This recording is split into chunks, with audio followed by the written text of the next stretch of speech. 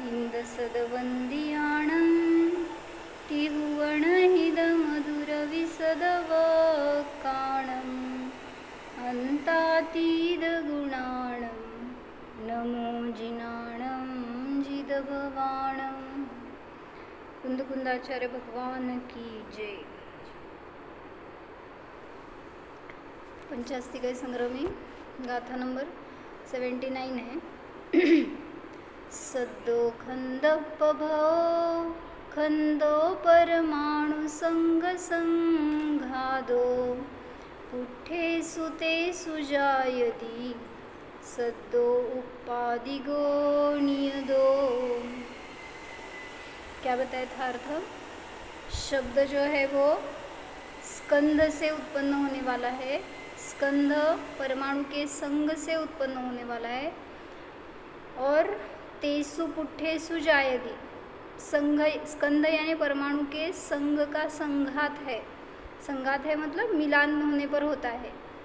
स्कंद यानी परमाणु का संग है और जो शब्द है वो उसके स्पर्श से उत्पन्न होता है। काय समजलं?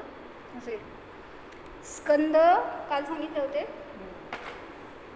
म्हणजे शब्द आहे तो स्कंद। पहिल्यांदा त्यांनी काय घेतलं? हां, स्कंधापासून उत्पन्न होतो आणि स्कंद आहे तो परमाणूपासून उत्पन्न, परमाणूच्या मिलापाने किंवा काय म्हणायचं संघाताने उत्पन्न होतो। पण शब्द हा त्या स्कंधाच्या आघाताने उत्पन्न होतो।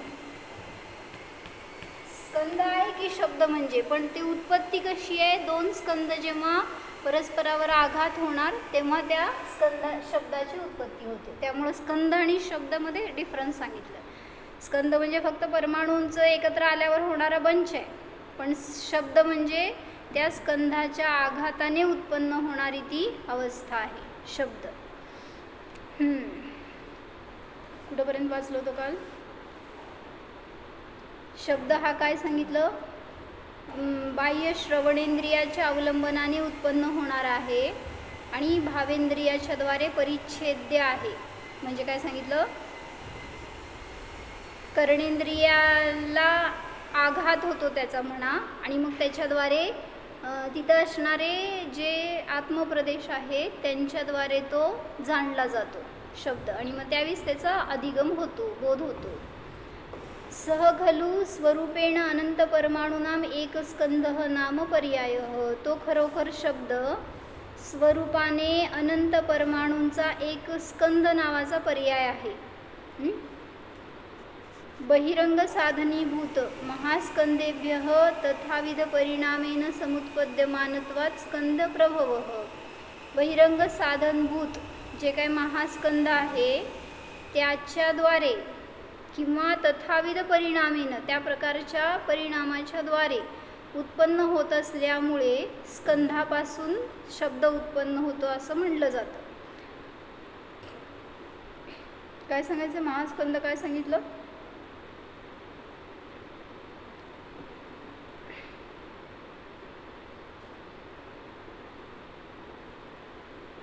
म्हणजे सांगितलं ना, महास्कंद केवढा आहे? पूर्ण लोकाकाश प्रमाण आहे महास्कंद। मग त्या स्कंधातून सुद्धा बाहेर पडणारे असे स्कंद आहेत, छोटे मोठे परमाणू बाहेर पडतात। मग त्यांना म्हणायचं आहे की बहिरंग साधन कुठलं आहे शब्दाचं? तर हे महास्कंद आहे, ज्याच्यापासून की त्याला रेडीमेड स्कंद मिळतात। तर त्यामुळं बहिरंग साधनभूत महास्कंधाच्या द्वारे आणि त्या प्रकारच्या म्हणजे शब्दरूप परिणाम रूपाने उत्पन्न होत असल्यामुळे तो स्कंधजन्य आहे असं म्हटलं जातं। म्हणजे त्याच्याद्वारे सुद्धा उत्पन्न होतो, महास्कंदाच्या द्वारे सुद्धा आणि इतर तशा प्रकारचे जे काय स्कंद असतील त्यांच्याद्वारे सुद्धा। यतः ही ज्या कारणाने खरोखर परस्पर अभिघात झाला असताना, कोणाचा? महास्कंधाचा इतरांची म्हणा, परस्पर अभिघात झाला असताना शब्द उत्पन्न होतो। काय कळलं सांग? महास्कंद परस्पर घर्षण झाले असता शब्द उत्पन्न होतो। महास्कंद म्हणजे असा आहे, ह्याला काय म्हणायचं? लोकाकाश. या लोकाकाशामध्ये पूर्ण व्याप्त असणारा असा एकच महास्कंद आहे. आता हे बोर्ड म्हणजे पण स्कंद आहे, हे वही पुस्तक, हे टेबल सगळं म्हणजे स्कंद आहे, ते परमाणू नाही आहे. मग त्या स्कंधाला कोणाचा तरी आघात झाला तरी शब्दाची उत्पत्ती होते म्हणा, किंवा त्याच्यापासून निघालेले जे स्कंद आहेत त्यांचासुद्धा आघात होऊन शब्दाची उत्पत्ती होते. त्याचं घर्षण झालं असताना शब्द उत्पन्न होतो. माझा एक प्रश्न आहे, महास्कंद तर सूक्ष्म आहे, मग सूक्ष्म स्कंदांना आघात होतो का? आता हे ऊन आहे, हे पण सूक्ष्म आहे, ह्याचा कुठं आघात झालेला कळतो आपल्याला? म्हणजे त्याला आपण मारू शकत नाही, पकडू शकत नाही, बांधू शकत नाही. मग महास्कंद सुद्धा सूक्ष्म आहे, तर मग त्याच्यामध्ये कसं काय शब्दाची उत्पत्ती होते? दीपाली भावी.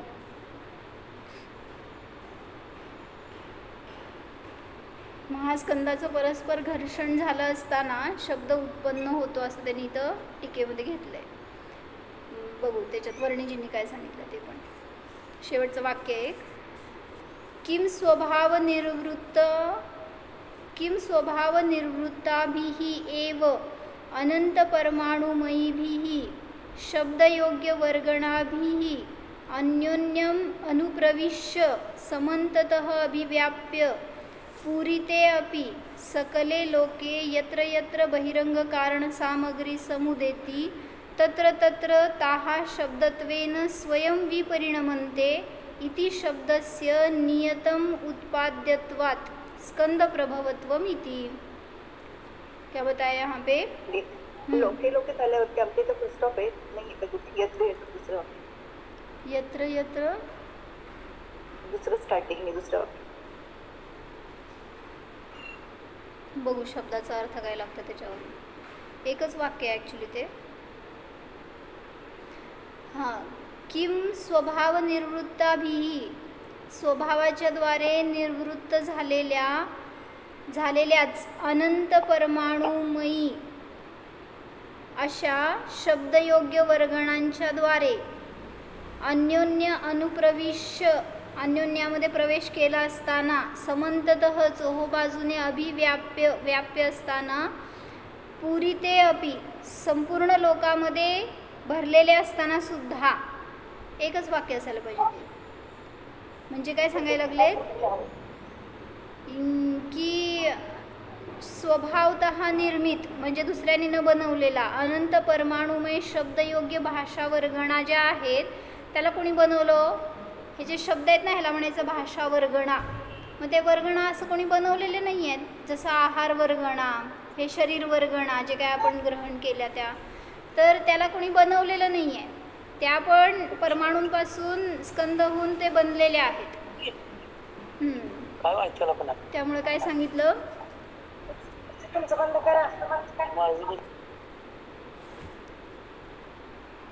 अनंत परमाणुमय शब्दयोग्य भाषा वर्गणेच्या द्वारे परस्पर प्रवेश करून व सर्वत्र व्यापून हा लोक भरगच्च भरलेला आहे.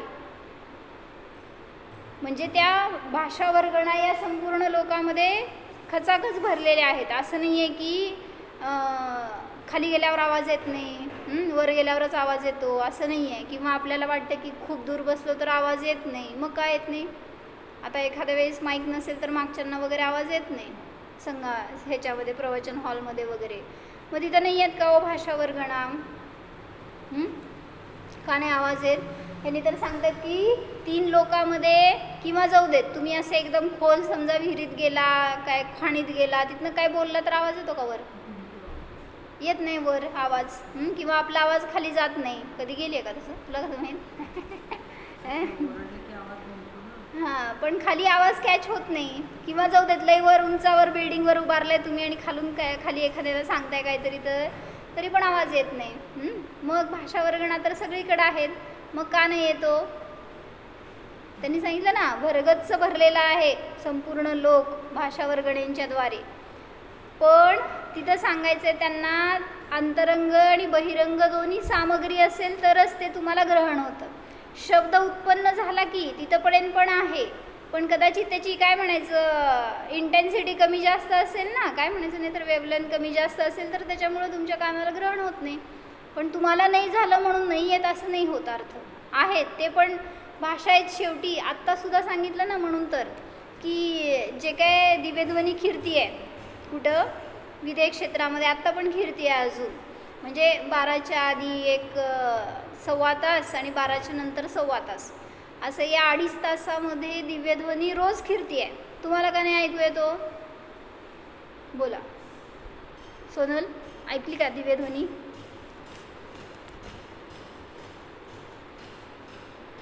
पोरांच्या शिवाय ऐकायला वेळ नाही कुठं दिव्यध्वनी ऐकू. आपली पण कपॅसिटी नाही तेवढी. पुण्य म्हण पुण्य. तेवढं लांब पण नाही ना. म्हणजे काय सांगायचंय, इथपर्यंत स्पर्श होतोय त्या शब्दांचा सुद्धा, पण आपली तशी शक्ती नाही आहे की त्या आता शब्दांमध्ये असणारी जे काय शक्ती आहे ती कमी झाली इथपर्यंत येईपर्यंत. त्यामुळं ते तुमच्या कानावर जरी आघात झाला तरी तुम्हाला ग्रहण होत नाही. काय म्हणले? म्हणजे आम्हा सांगतात म्हणून की त्या दरम्यान ध्यानाला बसा. का? एखाद्याची समजा अक्षरक्षम विशुद्धी वाढली, काय ज्ञानामध्ये काय विशुद्धी झाली आणि तर त्या ध्यानाच्या निमित्तात तुम्हाला ते शब्दसुद्धा ग्रहण होतील, ते तुम्हाला जे स्पर्श झाले. कारण एका वेळेस बाहेर पडलेले शब्द पूर्ण 3 लोकांमध्ये पसरू शकतात. म्हणून म्हणलं की ते शब्द आपल्याला सुद्धा येऊन स्पर्श करू शकतात. म्हणून त्याला ग्रहण करायसाठी थोडी एकाग्रता पाहिजे. आपण काय करत असणार, स्वयंपाक करा, खावा, जेवा, कुठलं ते दिव्यध्वनी ऐकून धडकून पुढं गेलेली असते तोपर्यंत.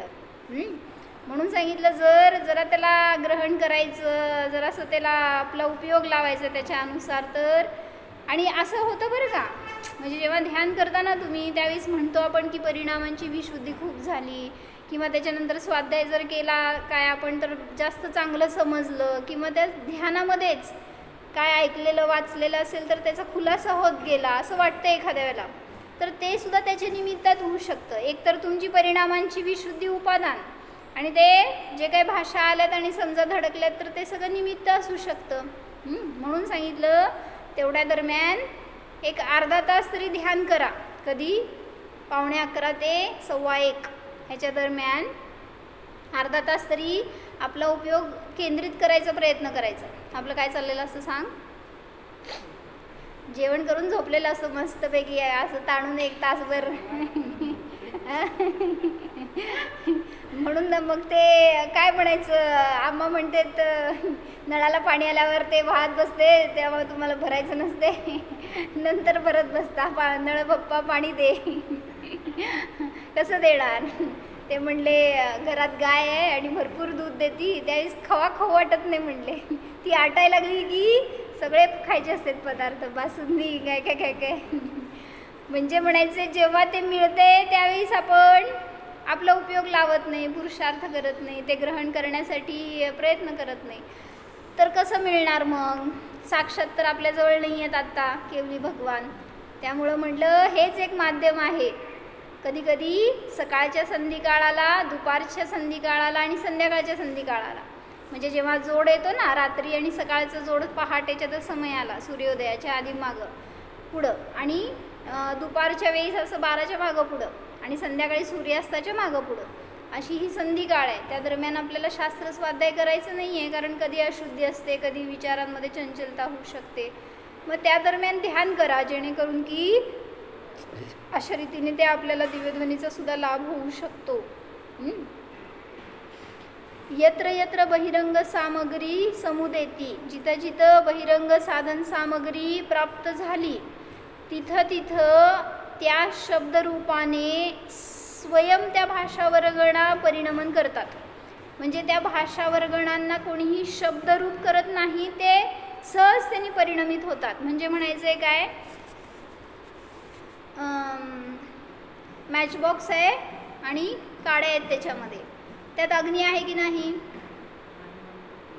अग्नी असली तर मी जळून जायला पाहिजे ते. मग अग्नी आहे की नाही हो त्याच्यामध्ये? हां, म्हणजे अग्नी आहे पण नाही पण, प्रत्यक्ष नाही आहे तर त्याच्यामध्ये काय म्हणायचं शक्तिरूपाने आहे. मग तिथं बहिरंग सामग्रीभूत म्हणजे काय, ती जेव्हा बाहेर काढणार काडी आणि त्याच्यावर घर्षण करणार, ते सल्फर आहे त्याच्याशी जेव्हा त्याचं आघात होणार त्यावेळेस त्याची त्या अग्नीची उत्पत्ती होणार. तसं सांगायचं आहे भाषा वर्गणा या 3 लोकरूपी काड्याच्या डबीत आहेत भरलेल्या. फक्त जेव्हा त्याला अभिघात होणार कशाचा, जसं घासले जाणार, तरच तिथं शब्दाची उत्पत्ती होणार. ह्याला म्हणायचं बहिरंग सामग्री. जिथं जिथं बहिरंग सामग्री प्राप्त होते तिथं तिथं त्या भाषा वर्गणा स्वयं शब्दरूपाने परिणमन करतात. इति शब्दस्य नियतम उत्पाद्यत्वात, अशा रीतीने शब्द निश्चित रूपाने उत्पन्न होत असल्यामुळे किंवा उत्पन्न केला जात असल्यामुळे स्कंद प्रभवत्वम इति, त्याला स्कंधापासून उत्पन्न किंवा स्कंदजन्य आहे असं म्हणलं जातं. म्हणजे शब्द हे आकाशाचा गुण नाही आहे किंवा कुठली पर्याय नाही आहे, तर स्कंधापासून उत्पन्न झालेला आहे तो. म्हणजे पुद्गलाचीच पर्याय, अन्य कुठल्या द्रव्याची नाही.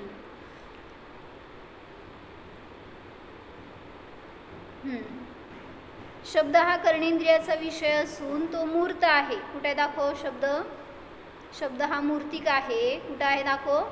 मूर्तिक म्हटलं दिसायला पाहिजे, मग दिसत नाहीत ना शब्द.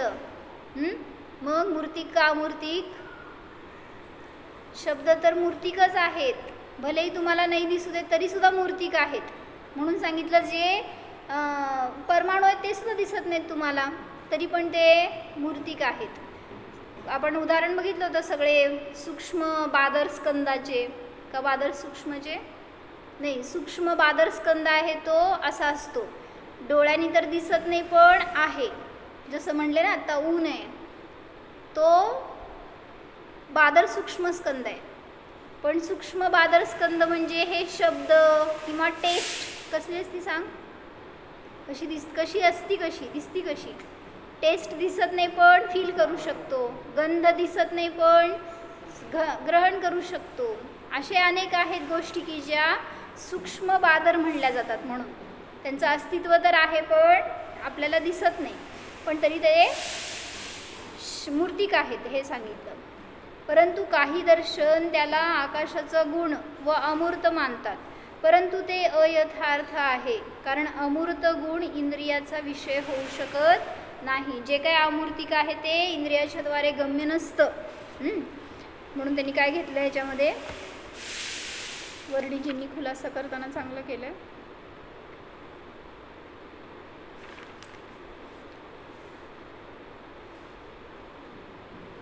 कोई दार्शनिक लोग इन शब्दों को आकाश का गुण मानते हैं और स्थूल बुद्धि में यह बात थोड़ी देर को समा भी सकती है कि शब्द आखिर कहाँ से आते हैं, न निकलते दिखते हैं, न इनकी कोई रचना करता है.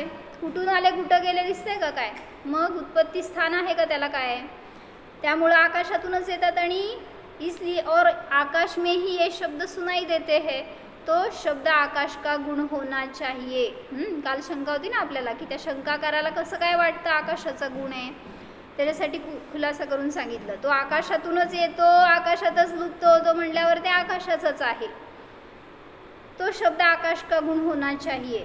ऐसा कुछ प्रतिभास करने के लिए अवकाश भी मिलता है स्थूल बुद्धि में. कोणी अज्ञानी असेल तर तो ह्याला खरं मानतो, लेकिन जो परीक्षण के बाद भी सिद्ध होगा वह आगम में लिखा हुआ है कि शब्द आकाश का भी गुण नहीं है. आकाश का बरं, 3 हेतू सांगितले ते सांगा काय. शब्द आकाशाचा गुण का नाही.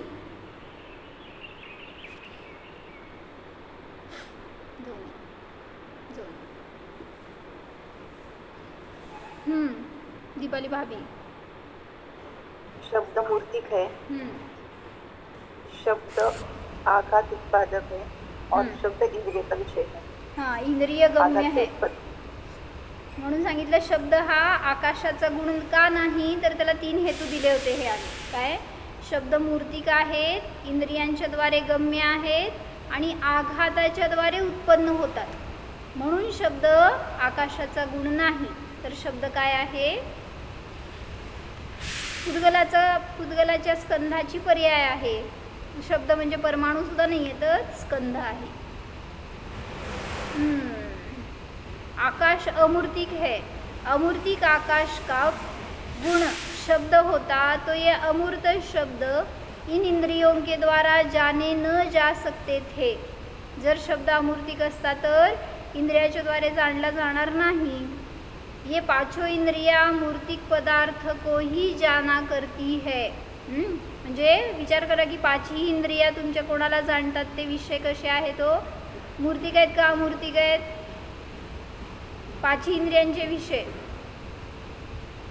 सगळे मूर्तिक आहेत, पण ते डोळ्याला दिसू देत नाही तर नाही दिसू देत, ते स्वभावाने मूर्तिकच आहेत. आता सांगितलं सगळं शब्द स्पर्श रस गंध हे सगळे काय आहेत मूर्तिक आहेत. ये पांचों इंद्रियां मूर्तिक पदार्थों को ही जाना करती है. अमूर्तिक आकाश को जानने की सामर्थ्य इंद्रियों में नहीं है. इस कारण ये शब्द आकाश के गुण नहीं है. शब्द काय सांगितलं आकाशाचा गुण नाही, म्हणून तो पुद्गती पुद्गलाचीच पर्याय आहे हे सिद्ध करून दाखवलं.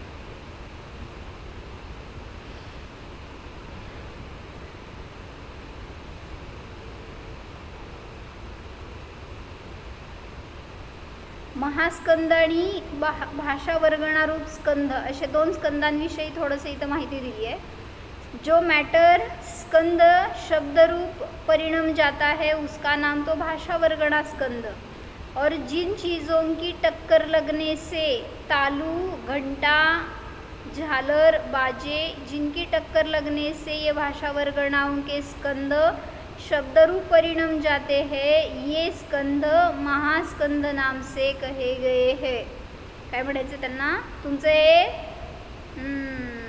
बरोबर आहे ना. आता सांगा तुम्हाला नुसतं ओठाला ओठ जोरात वाजवलं तर आवाज होतो का हो,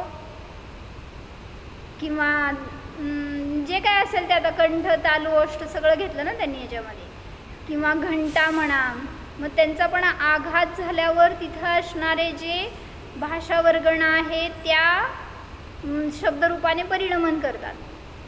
पण ते स्कंद कसले आहेत म्हणलं महास्कंदरूप आहेत असं त्यांना सांगायचं आहे. इन महास्कंदों के संगठन से भाषा वर्गणा के स्कंदों की भी अंतग संगठन होता है, अथवा उस संगठन का निमित्त पाकर भाषा वर्गणाएं शब्दरूप परिणम जाते हैं. जब इन महास्कंदों में परस्पर संगठन होता है, स्पर्श होता है, ठोकर लगती है, उस समय शब्द से रचे हुए ये अनंत परमाणुमयी शब्द योग्य वर्गणाएं स्वयं परस्पर में एक दूसरे में प्रवेश करके चारों तरफ से व्याप कर इस सकल लोक में ये उदित हो रही है. काय कळलं. महास्कंदाच्या संघटनाने भाषा वर्गणांचे स्कंदसुद्धा संघटित होतात. म्हणजे म्हणा काय आता त्या महास्कंदापासून या भाषा वर्गणारूप स्कंदांची उत्पत्ती झाली आहे असं समजा. तर त्याच्या निमित्तामध्ये ते शब्द उत्पन्न होतात. संगठन का निमित्त पाकर भाषा वर्गणाएं शब्दरूप परिणम जाती है. जब इन महास्कंदों में परस्पर संगठन होता है, जेव्हा त्या महास्कंदांमध्ये असं परस्परामध्ये काय म्हणायचं आता एकत्रीकरण होतं किंवा आघात होतो म्हणा, स्पर्श होतो, ठोकर लागते, त्यावेळीस शब्दरूपाने या भाषा वर्गणा किंवा शब्दयोग्य वर्गणा ज्या आहेत त्या स्वयं उत्पन्न होतात. कुठं पूर्ण तिन्ही लोकांमध्ये. म्हणूनच म्हटलं की तिन्ही लोकांमध्ये हे भाषा वर्गणारूप स्कंद व्याप्त आहेत आणि त्यांच्याद्वारे शब्दाची उत्पत्ती होते. मग त्याला ग्रहण करण्यासाठी निमित्त बहिरंग निमित्त आहे आपले हे कर्णेंद्रिय. मग एक प्रश्न विचारू की शब्दवर्गणा इथंच आहेत, तुमचं इंद्रिया पण इथंच आहेत, काय कर्णेंद्रिय म्हणा, काय ते आघात करणारा घंटा आहे, पण मग तेवढ्याने ऐकू यायला पाहिजे का नको. मग हे सगळं बहिरंग सामग्री आहे, पण एखाद्या बहिऱ्याला ऐकू येत नाही का, त्याच्याजवळ कान नाही आहे का, आहे, बाहेर घंटा वाजवला नाही का तुम्ही, वाजवली, मग त्याला का नाही ऐकू आलं, तर त्याला म्हणायचं अंतरंग कारण. आता मग बहिरंग कारण तर सगळं आहे, पण त्याच्याने शब्द ग्रहण होतात असं नाही. शब्द उत्पन्न होतील पण मला ग्रहण होण्यासाठी दोन्ही कारणं पाहिजेत. बहिरंग सामग्री पण पाहिजे आणि कान पण पाहिजे. उलटं घे, माझ्याजवळ क्षयक्षम आहे, जाणू शकते मी कानाने, पण मला ऐकूच येत नाही आहे बाहेरून कोणी काय बोललेलं किंवा दुसऱ्या घरातून कोणी बोललेलं. का नाही येत आहे? मग सर्वथा तुमचं अंतरंग कारण पण उपयोगी नाही आहे. आणि म्हणून म्हटलं निमित्त आणि उपादान दोन्ही असताना तुम्हाला कार्य होणार, शब्दाचं ग्रहण होणार, ज्ञान होणार. म्हणजे दुसऱ्या घरातलं आपल्या घरात ऐकवायला असतं तर काय झालं असतं? काय काय झालं असतं? विकल्प वाढले. हो, नुसतं विकल्प म्हणताय तुम्ही. समजा काहीतरी कार्यक्रम होतं बाजूच्या घरामध्ये आणि तुम्ही सगळं जाऊन आला आणि तुम्हाला ते पटलं नाही, काय आवडलं नाही, समजा काहीतरी तुमचं नाखुश झालात. आता घरी जाऊन तुम्ही सगळं बोलायला लागलाय. जर समजा असं सगळं सगळ्याला ऐकवायला असतं तर काय झालं असतं? तुम्ही काय बोलणार जाऊन तिथं? घरी गेल्यावर काय बोलणार हो? तोच विषय असतो ना जो आता रिसेंट चालू आहे तिथंच म्हटल्यावर, त्यातूनच आलो म्हटल्यावर घरातले नसतील आले त्यांना आपण तेच सांगतोय. मग किती वेगळ्या वेगळ्या प्रकारांनी सांगतो. मग तसं काय झालं एकदा की एका सेठजींचं मरण झालं होतं गावामध्ये. आणि ते सेठजी काय चांगल्या स्वभावाचे नव्हते, कोणाला पैसा मदत करणार नाही, कोणाला काय असं कसल्याच रूपीने त्यांचं हेल्प नव्हती गावामध्ये. आणि त्यांचं निधन झाल्यावर सगळ्यांना फॉर्मॅलिटी म्हटल्यावर, मोठे लोक होते म्हटल्यावर सगळ्यांना जायचं गरजेचं होतं. आणि सगळे निघाले म्हटल्यावर एका घरातले एक जण, त्यांच्याच कोणीतरी काम करणाऱ्यांपैकी एक जण होते मनुष्य, आणि ते म्हणाले त्यांच्या मुलाला की मला जायला जमणार नाही आहे तर तू जाऊन ये विधीला, तिथं काय अंत्यविधीला वगैरे. मग तो मुलगा म्हणला मी ओळखत नाही किंवा काय, ते कसले तसले वाईट आहेत, मग मी कशाला तिकडं जाऊ. मग म्हणले नाही तुला मला जमणार नाही आहे, आपल्याला जावंच लागणार आहे कोण ना कोण, तू जाऊन ये. फक्त काय कर, एका शब्दाने काय बोलायचं नाही, कारण तू अंत्यविधीला चाललायस. काय बोलायचं असतं तिथं गेल्यावर? काय बोलायचं असतं? गेला असाल की तुम्ही, चांगला होता बिचारा. काय म्हणायचं? वाईट झालं. कौतुक करायचं असतं. हो ना, कौतुक करायचं असतं. कळलं काय काय करता. म्हणजे तिथं गेल्यावर ते कसलाही असू दे तुला काही बोलायचं नाही असं त्यांनी वडिलांनी आपलं बजावून सांगितलं आणि त्याला पाठवलं. मग ते गेला तिथं. आणि आता सगळेजण जवळ होते म्हणल्यावर ह्याला काय राहावे ना, काय बोलायचं होतं? चांगलं बोलायचं होतं. वडिलांनी सांगितलं होतं तुला काय बोलायचं होतं, चांगलं बोल, वाईट काय बोलायचं नाही. पण तिथं जाऊसपर्यंत त्या डोक्यामध्ये तेच चक्र, त्यांनी असंच केलं होतं, त्यांनी आम्हाला त्रास दिला होता, आम्हाला काही पैसा मदत केला नव्हता, सगळे हे विचार डोक्यामध्ये. आणि आता ते इतकं ओव्हरफ्लो झालं ना त्याच्या आतमध्ये, ते काय म्हणायचं जाऊसपर्यंत त्या स्थानापर्यंत सगळं तिथं गेलं की भडासच बाहेर पडली. आणि जे होते समोरचे त्यांना सुरू केला की बोलायला, असे होते तसे होते. आणि मग सगळे गप्प करतायत त्याला, पण ते कुठं थांबतंय. आणि मग सगळ्यात शेवटी घरातल्यांच्या समोर गेला आणि मग कळलं की ह्यानी असं सगळं वाईट बोललं आहे म्हणून त्यांच्याबद्दल. तर परत ते जोडायचं होतं त्याला. आता त्याला तेव्हा भानावर आला की आपण इथे हे बोलायचं नव्हतं. नाही मी हे जे सगळं सांगितलं ना ते दुसऱ्या गावातल्या दुसऱ्या सेठजींचं होतं, तर यांचं नव्हतं. असं काय तर करून मग तिथं प्रकरण बदललं. म्हणजे कशासाठी म्हणायचं होतं, आपण दुसऱ्याचं निंदा करायला जर परोक्ष करतोय, ती जर त्याला ऐकू आली तर ते तिथं मेलेले होते म्हणून नशीब, जागे असते तर बुधूनच तुमच्या मागच लागणार मग माझ्याबद्दल वाईट बोलता का म्हणून. म्हणजे असं इतरांबद्दल मग जो देते बोध घ्यायचे की प्रत्यक्ष असू दे नाहीतर परोक्ष असू दे, कोणाबद्दल आपल्याला वाईट शब्द वापरायचे नाहीत, कोणाची निंदा आपल्या वचनातून कोणाची निंदा व्हायला नको, कोणासाठी अपशब्द यायला नकोत. ह्याच्यासाठी म्हणून चांगल्या शब्दांचा प्रयोग करा, अन्यथा मग मौन राहावा. ते बेस्ट आहे. जसं मुनींना खोटं बोलायचं नसतं. मग मुनींवर किती मोठा प्रश्न असतो माहिती का तुम्हाला? समजा कोणी येऊन विचारलं मुनींना, सांगा मी चांगला आहे का वाईट आहे, मुनी काय सांगणार हो? काय सांगणार हो मुनी? मौन धरणार. मौन चालतंय का? त्याला ते सांगायचं कंपल्शन नाही, तर सांगायलाच पाहिजे, उत्तर द्यायला बाकी नाही. हां ठीक आहे, ते पण बरोबरच आहे. पण मला म्हणायचं आहे की त्यांची दृष्टी म्हणणार मुनी समोरच्याला जीव म्हणून बघतात, पर्याय दृष्टीने नाही बघितलं प्रश्नच येत नाही, खोटं बोलणंही होत नाही. बरोबर. काय म्हणते सोनाली? तेच म्हणजे मुनींची दृष्टी कशी असणार आहे? भगवान आत्मा आहे, निर्दोष आहे, हीच दृष्टी आहे. त्यामुळं ते बोलले तर हेच बोलणार. मी चांगला आहे का वाईट आहे विचारलं जाऊन तर तू तर भगवान आत्मा आहेस, तू तर सिद्ध परमात्मा आहेस. कारण दृष्टी कुठं बघणार आहे हो? म्हणून तर त्यांनी कधी उपसर्ग करणाऱ्यांना नावं ठेवली का? त्यांना ओरडले, त्यांना शिव्या दिले? काय केलं मुनींनी? सगळ्यांना त्यांनी निर्दोषच पाहिलं ना. त्यामुळं कोणी वाईट नाही आहे जगामध्ये. त्यांची ती दृष्टी आपल्याला घ्या आणि त्यांच्यासारखे शब्द घ्या तर त्यांच्यासारखी साधना होऊ शकणार. आपण ते सगळं घेत नाही आहे, काय करतोय म्हणून मुनिचर्या अवघड असते. आपल्यात परिणमन करायचं नसतं म्हणून अवघड वाटतं सगळं. त्यामुळं असं स्वतःला बदलून बघा ना, तर सगळं जग सोपं आहे, सगळं संसार सोपा आहे आपल्यासाठी. जे येणार ना संघामध्ये संयोगामध्ये आज प्रयोग करायचं. दिवसभरामध्ये काय करायचं? जे जवळ येईल ना त्याला चांगलं बोला. जाऊ देत लय तुम्ही काय म्हणायचं तत्त्व नाही सांगू शकणार, काय तुम्हाला लय ध्यान नाही सांगू शकणार, तर जे पण जवळ येईल त्याच्यासाठी कौतुकाचे 2 शब्द बोला किंवा चांगलं बोला. काय असेल ते. वाईट एकाशी पण आज मी बोलणार नाही. चालतंय का सगळ्यांना? यस म्हणा. यस. तुमच्याजवळ कोणी येत नाही म्हणून थांबा. मागं सांगितलं होतं जर स्वतःला खुश राहायचं असलं तर दुसऱ्याचं कौतुक करा. बरोबर आहे. मौन नसलं घ्यायचं तर कौतुक. कारण आपल्या तोंडातून आपण प्रशंसेचे शब्द किती वेळा काढले तो जरा आठवून बघा की. करतो नाही असं नाही, पण तरी सुद्धा जेवढं कंपॅरेटिव्ह तुम्ही निंदा करताय, इतरांचे दोष दाखवताय, विकथा करताय, त्याच्या कंपॅरेटिव्ह तुम्ही स्तुती किती केली आहे आजपर्यंत, किती जणांची केली आहे. म्हणजे आपल्याकडं कुठले शब्द जास्त येतो हे समजतं त्याच्यावरून.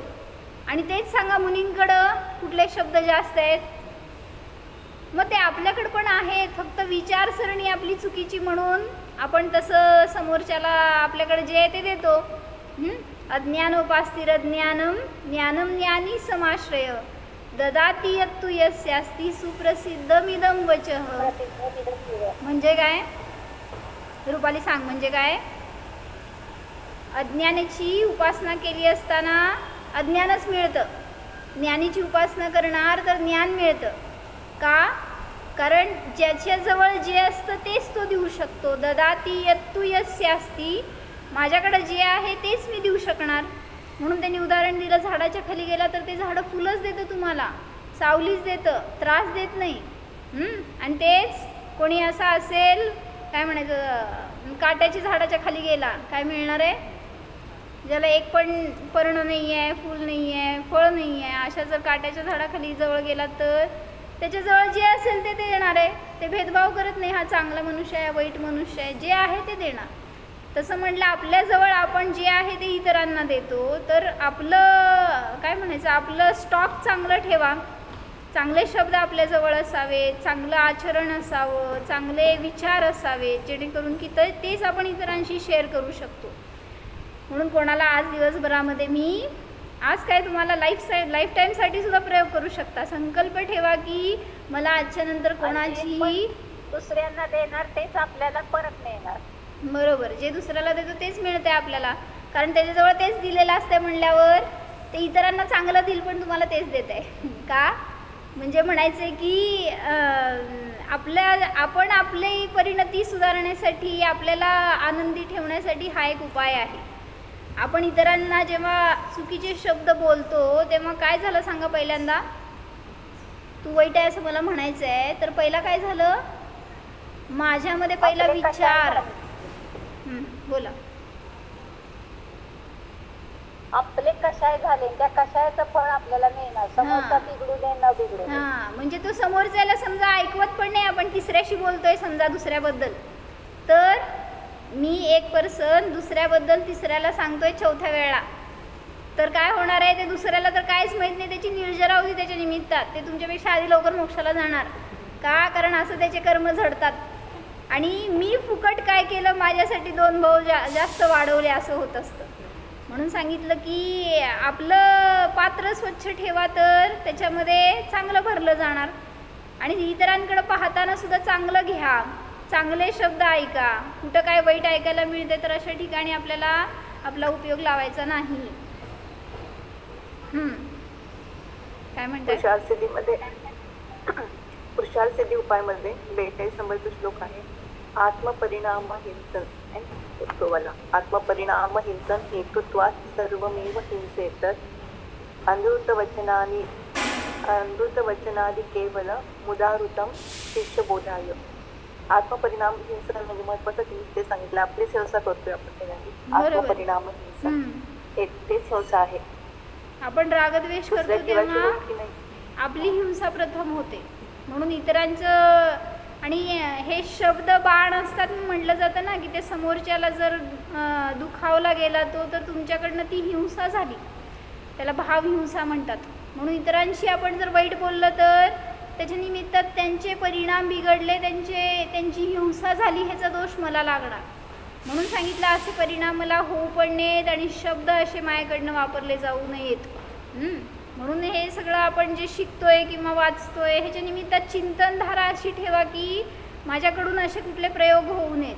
न त्याच्या निमित्तात मला आकुलता न इतरांना आकुलता, रागद्वेष ह्याची उत्पत्ती होऊ नये.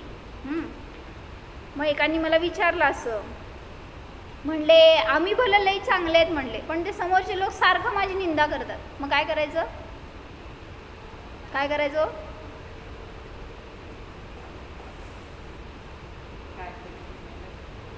काय करायचं? आपली दृष्टी चुकली आहे. निंदा करते म्हणजे आपलीच पूर्वत असे परिणाम केले होते ना.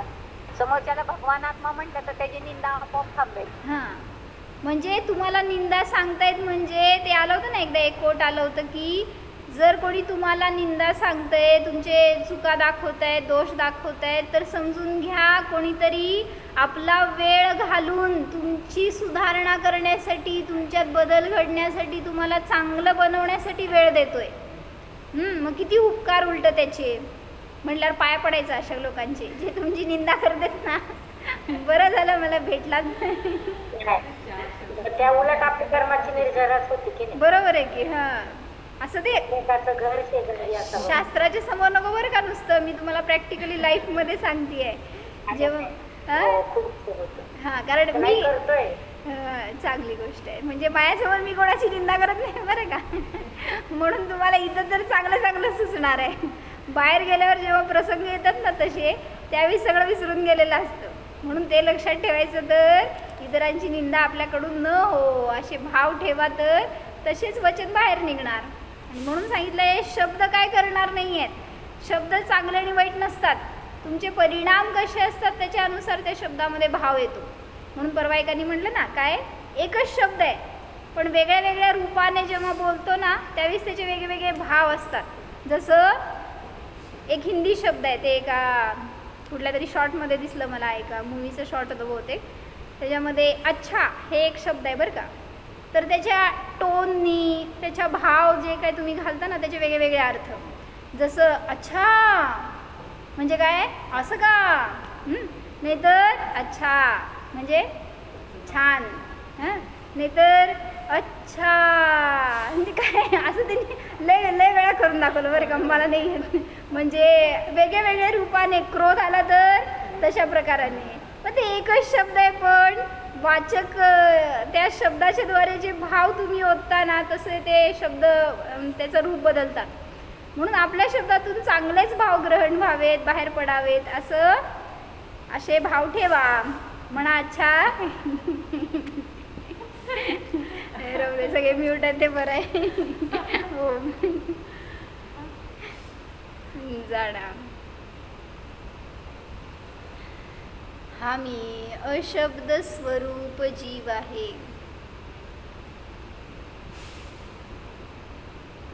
बोलणे हा माझा स्वभाव नाही, ऐकणे हा माझा स्वभाव नाही. या शब्दांचा हा मी जीव मात्र ज्ञाताच आहे.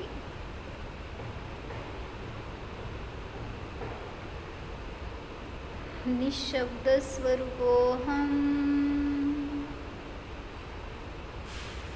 अतीन्द्रिय स्वरूपोऽहम्.